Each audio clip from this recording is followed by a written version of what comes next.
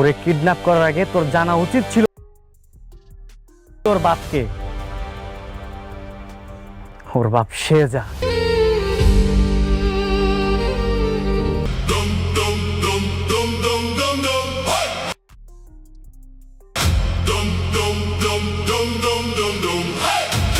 ঠিক আছে ভাবি, রাখছি তাহলে।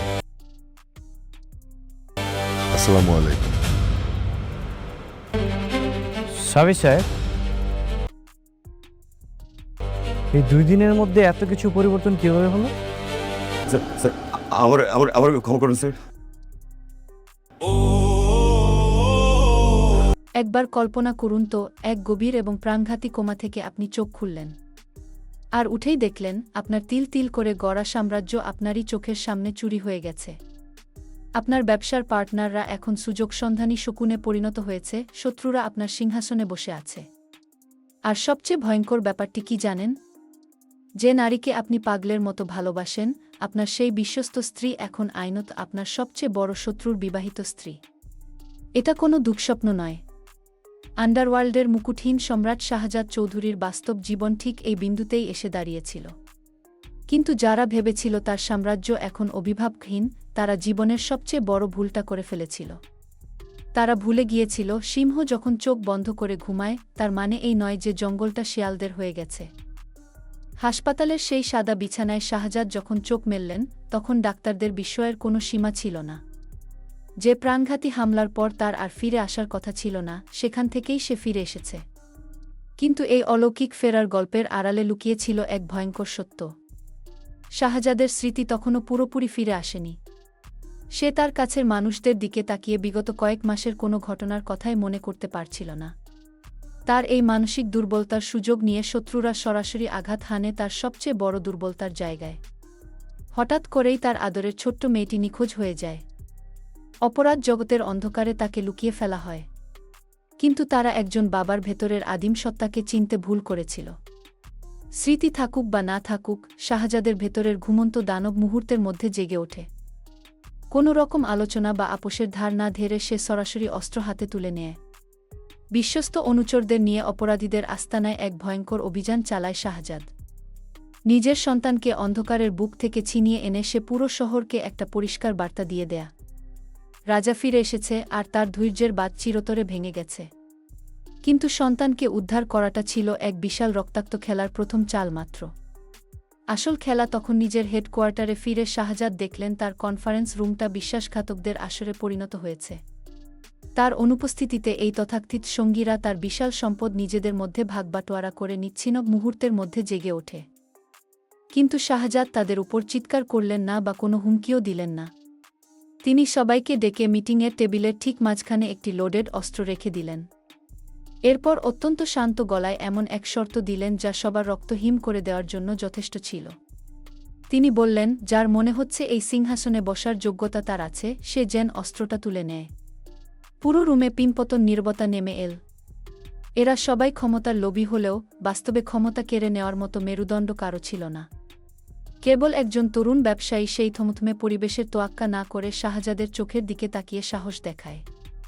তাকে শাস্তি দেওয়ার বদলে শাহজাদ মুচকি হাসেন। তিনি সাহসের কদর করতে জানেন।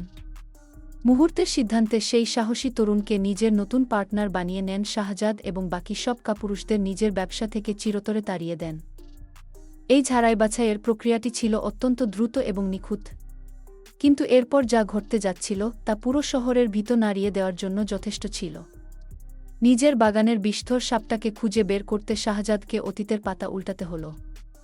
তার বিশ্বস্ত ডানহাত শাফিস আর সাবির সাহেব এক অন্ধকার বেজমেন্টে এমন একজনকে ধরে নিয়ে আসেন যে শাহজাদের জীবনের এই করুণ পরিণতির পেছনের মূল কালপ্রিট।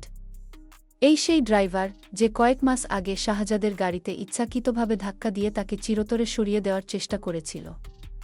এতদিন সবাই জানত দাউদ খান নামের এক শত্রু এর পেছনে রয়েছে। কিন্তু শাহজাদের মন বলছিল অন্য কথা। শাফিস যখন ট্যাবলেটে শহরের বড় বড় অপরাধীদের ছবি একের পর এক সেই ড্রাইভারকে দেখাচ্ছিল, তখন পুরো ঘর ছিল নিস্তব্ধ। কিন্তু হঠাৎ স্ক্রিনে রিশাদ নামের একজনের ছবি ভেসে উঠতেই ড্রাইভারটি ভয়ে আটকে ওঠে। সে স্বীকার করে নেয় যে শাহজাদকে দুনিয়া থেকে সরিয়ে দেওয়ার জন্য এই রিশাদই তাকে মোটা অঙ্কের টাকা দিয়েছিল। রিশাদ কেবল একজন সাধারণ শত্রু ছিল না, সে ছিল তাদের খুব কাছের একজন, যে পাশা খেলার মতো সবাইকে ব্যবহার করছিল। শাহজাদের চোখ মুহূর্তেই বরফের মতো শীতল হয়ে যায়। যে লোকটা তাকে শেষ করতে চেয়েছিল সে তারই শহরের বাতাসে নিঃশ্বাস নিচ্ছে। তবে রিশাদের এই বিশ্বাসঘাতকতার জাল কেবল দেশের মাটিতেই সীমাবদ্ধ ছিল না। হাজার হাজার মাইল দূরে দুবাইয়ের ঝলমলে শহরে তখন এক বিশাল ক্ষমতার শূন্যতা তৈরি হয়েছিল। শাহজাদের আন্তর্জাতিক গোল্ড ও ডায়মন্ডের ব্যবসার বিশাল সাম্রাজ্য কবজা করার জন্য ইবনে খলিল নামের এক প্রভাবশালী ডন সিংহাসনে বসে পড়ে। বিলাসবহুল এক স্কাইস্ক্র্যাপারের কনফারেন্স রুমে বসে খলিল যখন তার নতুন ক্ষমতার উল্লাস করছিল, তখন সে ভেবেছিল শাহজাদ অধ্যায় চিরতরে শেষ। কিন্তু অতিরিক্ত অহংকার পতনের মূল। কোনো আগাম বার্তা ছাড়াই হঠাৎ পুরো ভবনের আলো নিভে যায়। ঘুটঘুটে অন্ধকারের মধ্যে শোনা যায় শুধু সাইলেন্সার লাগানো অস্ত্রের শব্দ আর আর্তনাদ।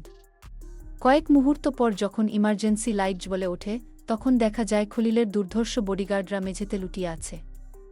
আর খলিলের চেয়ারের ঠিক পেছনে ফোন হাতে দাঁড়িয়ে আছে সাফিস।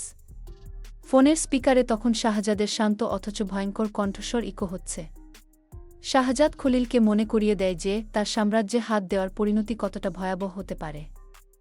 খলিল তার সব দম্ভ ভুলে প্রাণের ভিক্ষা চাইতে শুরু করে, কিন্তু শাহজাদের ডিকশনারিতে ক্ষমা বলে কোনো শব্দ নেই। একটা মাত্র আদেশে দুবাইয়ের সেই সমস্যার চিরস্থায়ী সমাধান হয়ে যায়। তবে শাহজাদের জন্য সবচেয়ে বড় এবং হৃদয়বিদারক ধাক্কাটা অপেক্ষা করছিল খোদ তার নিজের ঘরের ভেতরেই। নিজের পুরো রাজত্ব ফিরে পাওয়ার পরও শাহজাদ লক্ষ্য করল তার স্ত্রী ফাতেমা তার থেকে অদ্ভুত এক দূরত্ব বজায় রাখছে। ফাতেমা শাহজাদের চোখের দিকে তাকাতে পারছে না, কাছে আসলেই ভয়ে কাঁপছে এবং তার চোখে মুখে এক অবর্ণনীয় অপরাধবোধ। শাহজাদ প্রথমে ভেবেছিল এটা হয়তো বিগত কয়েক মাসের ট্রমা। কিন্তু তার গোপন নেটওয়ার্ক এমন এক সত্য বের করে আনে যা শাহজাদের পুরো পৃথিবীকে চুরমার করে দেয়। শাহজাদ যখন লাইফ সাপোর্টে ছিল, বাঁচার আশা মাত্র 1%, ঠিক তখন রিশাদ ফাতেমাকে ব্ল্যাকমেইল করে। সে হুমকি দেয় ফাতেমা যদি তার শর্ত না মানে তবে সে শাহজাদের লাইফ সাপোর্ট খুলে নেবে এবং তাদের ছোট্ট মেয়েটিকেও শেষ করে দেবে। স্বামীর জীবন বাঁচাতে ফাতেমা এক অকল্পনীয় সিদ্ধান্ত নিতে বাধ্য হয়। সে আইনি কাগজে সই করে রিশাদকে বিয়ে করে। ড্রয়িং রুমের টেবিলে যখন শাহজাদ সেই কাবিননামা ছুঁড়ে মারে, তখন পরিস্থিতি এক ভয়ঙ্কর রূপ নেয়। রাগে ক্ষোভে শাহজাদ ফেটে পড়ে। সে মানতেই পারছিল না যে তার পরিবার তার সবচেয়ে বড় শত্রুর কাছে মাথা নত করেছে। ফাতেমা কান্নায় ভেঙে পড়ে। সে শাহজাদকে অনুরোধ করে তাকে শেষ করে দেওয়ার জন্য, কারণ ভালোবাসার খাতিরে এই আত্মত্যাগ তাকে ভেতর থেকে পুরোপুরি শেষ করে দিয়েছিল।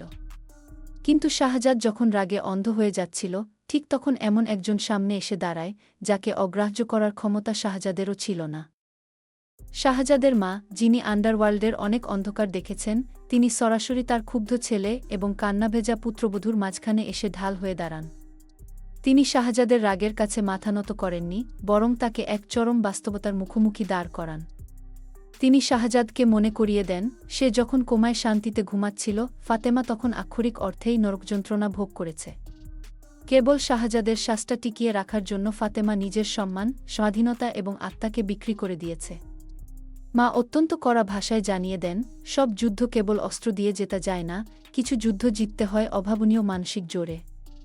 তিনি শাহজাদকে বলেন, যদি তার অহংকার ফাতেমার এই আত্মত্যাগের চেয়ে বড় হয়, তবে ফাতেমাকে মারার আগে শাহজাদকে তার মায়ের বুকে গুলি চালাতে হবে। মায়ের এই অদম্য শক্তির সামনে শাহজাদ থমকে যায়। যে মানুষটা পুরো শহর নিয়ন্ত্রণ করে, সে একজন নারীর আত্মত্যাগের ভারে স্তব্ধ হয়ে যায়। কিন্তু তাদের এই পারিবারিক ক্ষতের উপশম হওয়ার আগেই স্বয়ং শয়তান এসে তাদের সদর দরজায় কড়া নাড়ে। সশস্ত্র ভাড়াটে লোকবল নিয়ে অত্যন্ত দম্ভের সাথে চৌধুরী ম্যানশনে প্রবেশ করে রিশাদ। তার মুখে এক বিজয়ী হাসি। সে বাতাসে একটি মোটা ফাইল নাড়িয়ে ঘোষণা করে যে লকার 92 এর সেই গোপন ডকুমেন্টস এখন তার হাতে। এই ফাইলে এমন সব তথ্য আছে যা শাহজাদকে সারা জীবনের জন্য জেলের অন্ধকারে পাঠানোর জন্য যথেষ্ট। রিশাদ অত্যন্ত অহংকারের সাথে দাবি করে যে এখন আইন, টাকা এবং ফাতেমা সবকিছুই তার। সে শাহজাদকে নির্দেশ দেয় সব ছেড়ে এই শহর থেকে কুকুরের মতো পালিয়ে যেতে। কিন্তু রিশাদ যখন তার জয়ের আনন্দে মেতেছিল, শাহজাদ অত্যন্ত শান্তভাবে সোফায় হেলান দিয়ে একটি সিগারেট ধরায়। সে রিশাদের দিকে কোনো ভয়ের দৃষ্টিতে তাকায়নি, বরং তার চোখে ছিল এক ধরনের করুণা। এরপরই শুরু হয় মাস্টারমাইন্ডের আসল খেলা। শাহজাদ জানায় সে গত কয়েক সপ্তাহ ধরেই রিশাদের প্রতিটি পদক্ষেপের খবর রাখছিল। রিশাদের হাতের ওই লকার 92 এর ফাইলটা? ওটা পুরোপুরি নকল। সাবির সাহেব ওই ফাঁদটা তৈরি করেছিলেন কেবল রিশাদকে গর্ত থেকে টেনে বের করার জন্য। রিশাদের মুখের হাসি মুহূর্তেই মিলিয়ে যায়, ঠিক তখনই ঘরের চারপাশের অন্ধকার কোণগুলো থেকে অসংখ্য লাল লেজার ডট এসে পড়ে রিশাদ এবং তার অনুচরদের বুকে ও কপালে। তারা বুঝতে পারে তারা এক নিখুঁত মৃত্যুফাঁদে পা দিয়ে ফেলেছে। শিকারী নিজেই এখন সবচেয়ে বড় শিকারে পরিণত হয়েছে। শাহজাদ চৌধুরীর এই গল্প আমাদের ক্ষমতার এক নগ্ন এবং ভয়ঙ্কর বাস্তবতার সামনে দাঁড় করিয়ে দেয়। এটি প্রমাণ করে যে টাকা আর ক্ষমতার এই দুনিয়ায় সত্যিকারের আনুগত্য সবচেয়ে দামি এবং বিরল জিনিস। স্বামীর জীবন বাঁচাতে ফাতেমার সেই হৃদয়বিদারক সিদ্ধান্ত আমাদের ভাবায় ভালোবাসার মানুষকে বাঁচাতে আমরা ঠিক কতটা ত্যাগ স্বীকার করতে পারি। শাহজাদ প্রমাণ করেছে আসল ক্ষমতা কেবল অস্ত্র থাকলেই হয় না, শত্রুকে তার নিজের পাতা ফাঁদে পা দেওয়ার সুযোগ দেওয়ার মতো ধৈর্য থাকাটাও আসল ক্ষমতার লক্ষণ। রিশাদের বুকে যখন লাল লেজারগুলো স্থির হয়ে আছে, তখন আন্ডারওয়ার্ল্ডের ভাগ্য ঝুলছে একটা মাত্র সুতোর উপর। ফাতেমার মতো এমন এক অসম্ভব পরিস্থিতিতে পড়লে আপনি কি করতেন? নিচে কমেন্ট করে আপনার মতামত জানান।